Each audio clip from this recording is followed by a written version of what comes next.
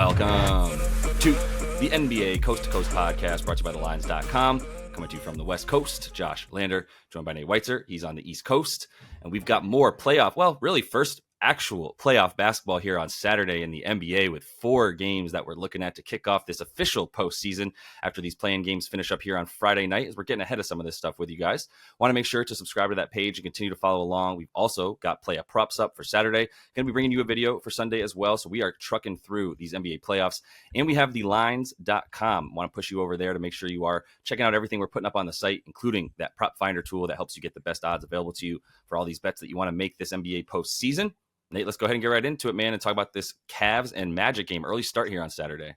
Yeah, and we got to take the under here. I mean, 208.5 is where it opens, the same as your Knicks game, which you're talking about as a much more likely game to go over. I mean, there's offensive firepower, 2 of the best offensive players in the league in that game. I mean, that's not really relevant to this one. It's just saying, like, why is this number where it's at when these are 2 dreadful offensive teams? I mean, the Cavs can get hot if Donnie Mitchell is breaking people down and spreading the ball around and getting them open looks, but their spacing has been a big issue. Darius Garland has not been reliable shooting the ball, and Donnie Mitchell has not been anywhere close to healthy since the All-Star break, and he's getting a fully healthy now Jalen Suggs, which is a big for this Cavaliers offense. I mean, Donnie did go for 35 against the Magic earlier this season because Jalen Suggs played 9 minutes and got injured. Otherwise, he had been averaging, he had 16, I believe, in the other meeting against Suggs and company. And then on the other side of the ball, like, how's Paolo going to do in his playoff debut? First of all, like, nerves, difference of officiating, of style of play.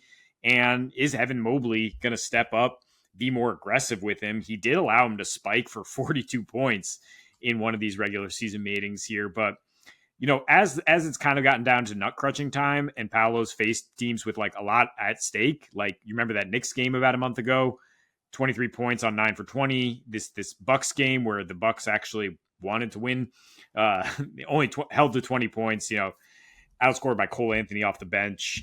Where else did the Magic score other than points off turnovers and paint points? And I mean, at least paint points. That is something that Cleveland still does not allow, very much so, with Jared Allen behind Evan Mobley, just elite rim protection. Turnovers have been an issue for this team, but hopefully they clean that up here in a home playoff debut as they try to bounce back from just an embarrassment last year in the playoffs. But if you look at those numbers, the series was only played at 91 pace against the Knicks. Cavs only managed 94 a game, and all 5 went under, highest total getting to 201. Look, the Magic are just as physical, just as talented defensively as that Knicks team was. And while they don't have the experience or the maturity maybe to bully around the Cavs that way, like talent-wise, they're going to be very tough to score on. We're expecting to see a lot more Jonathan Isaac than we saw during the regular season, which is a lot of defense and not much help on offense as well. Franz Wagner still in a slump. The previous Paolo spike game I mentioned when he had 42, the Magic shot 2 for 23 from deep as a team. So it's just one of the least effective offensive teams in the league and just one of the best defensive teams. So why not take the under? Yeah. Yeah. Why not? Indeed. In fact, do it. Yeah. I'm on that. Where my Jonathan Isaac fans at, because I do think he's good for some burn in this game. And that man is incredible at defense. Love the idea of him having like 22 to 23 minutes of burn here in this one to really help out with the size, really. I mean, you can put him on anybody except for maybe even Jared Allen, to be honest, in terms of limiting what he wants to do down low. And definitely a great matchup for Evan Mobley that you can throw on him as he creates matchup problems for certain players. But just wanted to say that I've also been looking at the players that are going to be on the floor here. I don't know that we're going to get quite as much Cole Anthony. He's just going to be too much of a liability if he plays even in that second unit, right? With if it's like Sam Merrill catching shots off of off of Karis LeVert's passes and the second unit stuff like that, that's a problem. So I think you're going to see a lot more defensive minded players out there for Orlando, and size for sure. With Gary Harris giving way at times to Jonathan Isaac playing out there, and seeing a really, really big lineup of just terrifying defenders for Orlando. So I'm on that game with you. One thing that we're not in full agreement on, but let's hash it out here. We're talking about the Knicks, and I like the over in this game versus Philly, over 209.5, and that has gotten bet up from about 206.5. But hear me out. I genuinely project this game at about 215. That's really what I'm looking at here, and I think that the recent numbers for both teams are actually pretty accurate. I would say the Knicks a little bit more accurate to project what's going to happen in this game, and that's what I'm banking this on. Like I do think Philly will be able to score a bit more, and if they shoot a little bit better, just a little bit better than they did against Miami, same concept. And the Knicks, well, look, they're still Tom Thibodeau's Knicks. Like, I'm going to buy into what I've seen now with this iteration of this team over the last 10, with that offensive rating that skyrocketed up to third best, and on the season now, seventh best, right? And the D rating has been good, but in the last 10 games, 24th overall, and still playing at that slow pace. The problem that I see for this Knicks defense is a little bit more of like, the kick out. They're vulnerable on the kick out, and we see guys gambling a lot more.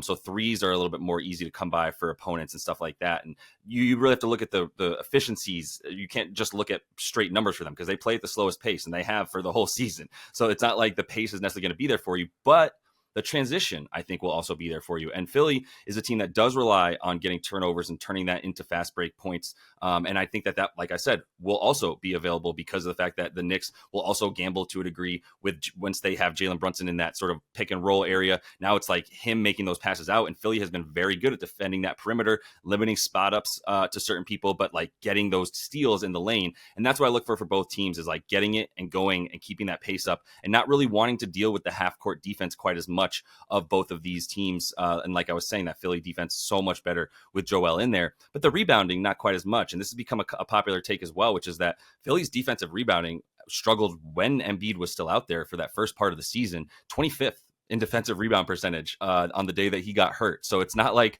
this is just like, oh, well, don't forget that Philly's been bad at rebounding because they didn't have Joel. Well, not really. They're just like, especially when he's not on the floor, and even when he is, if you put one or two bodies on him, now maybe you're talking about a guy like Tobias Harris getting some more boards. But on the offensive side of the ball, like, he's still also not a great defensive rebounder. So I feel pretty good about their ability to crash the rim on offense for the Knicks, and to get out into transition, where they've actually been really good, especially over the last 10 now, most in terms of most efficient too on the fast break or transition specifically, which separate a little bit from the fast break in how it's defined. But those are really the main reasons of what I'm looking at here, is like the Knicks going over 9-1 to the over in their last 10. 228 a game on average for them. And I think as long as the 76ers hit what I perceive to be some good looks from three, and not go 6 for 24 like they did in the first 3.5 quarters of that Heat game, right before they picked it up and went 6 for 11 from deep eventually, after like 2.5, like I said, 2.5 or 3.5 quarters, really finally picked it back up. I think they'll be able to start a little bit better in that sense. And we should see this thing get to about 215, like I'm saying. Look, I don't hate it. I just prefer the Knicks to win the game and win the series, which is plus 130 game one series parlay for the Knicks here. You don't even have to take the -3. You just say, look, they're going to come out, handle business against the Sixers, who are at a slight rest disadvantage here and are just not healthy. And Embiid's not healthy. Maxey is not going to really thrive in this matchup, the numbers would indicate. And the Knicks are just red hot and finally got a week off to reload after being played 40 minutes plus all the way down the stretch, but they still got the momentum. Do they have the best player in the series? I mean, if Embiid is not healthy, like at this very moment, who's playing better than Jalen Brunson? Like, I just want to ride with Jalen Brunson more so than I want to worry about the total. And it's a good time to be a Knicks fan. Bing bong, light the torch. Let's move out west though to Denver, and speaking of the series parlay here, I mean, I like the Lakers to cover 7. First of all, +7 in game one. I also like this, like, don't take Lakers money line. If you're going to take Lakers game one, hit the series parlay for Denver to still win this series, and that's +550. So going from just the money line to +230 to +550 is a nice juicy bet here if the Lakers are somehow able to pull this off. I mean, the extra rest is a huge deal for this Lakers team, especially Anthony Davis, who is dealing with back spasms going into that Tuesday play-in game. On 3+ days rest this season, they have a free throw advantage of 26-17 in terms of their opponents. They have their best opponent 3-point percentage. They allow the lowest assists per game in that situation. They're holding opponents to 33% from deep. Very impressive. I mean, the free throw edge, if you're looking for something here in this series to say like Lakers can hang, they're number 2 versus 22 in allowing free throws for Denver. They're also number 2 versus 26 generating free throws post All-Star break. So if Anthony Davis can be aggressive enough to, at least wear Jokic down on that end to generate consistent offense, maybe they can be in this one. But I mean, as far as them just covering, like they covered in 3 of 4 in the sweep in the Western Conference Finals. Like it was a sweep, but it was once again like just the Nuggets out executing you in the crunch, in the clutch, and it just being a pretty competitive series otherwise.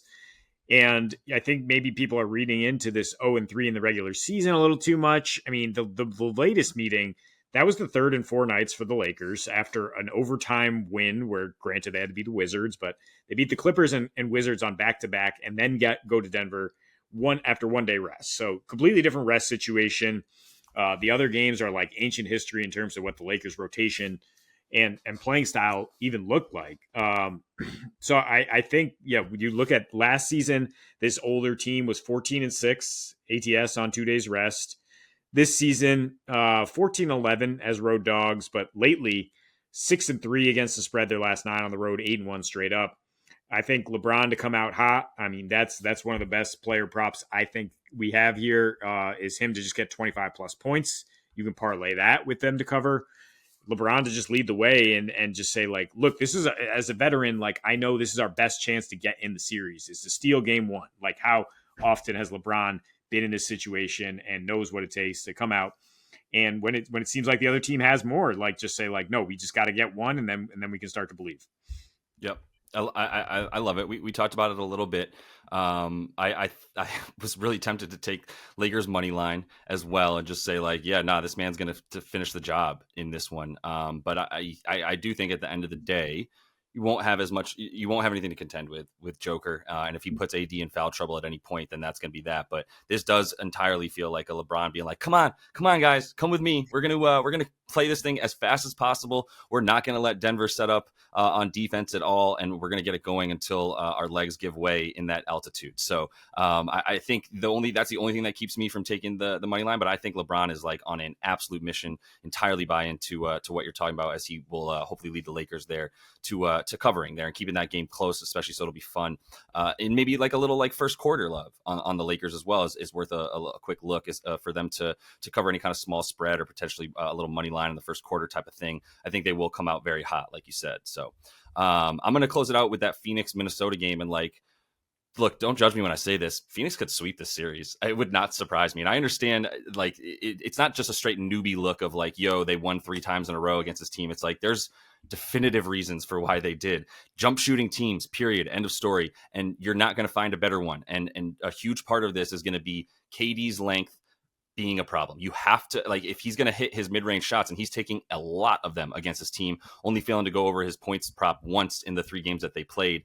And I'm buying it. Like I'm buying that's a thing. And they whooped them one of those games. So they're a little bit skewed on the numbers here because one of those games was close. I think it was like 87, 86 or something, right?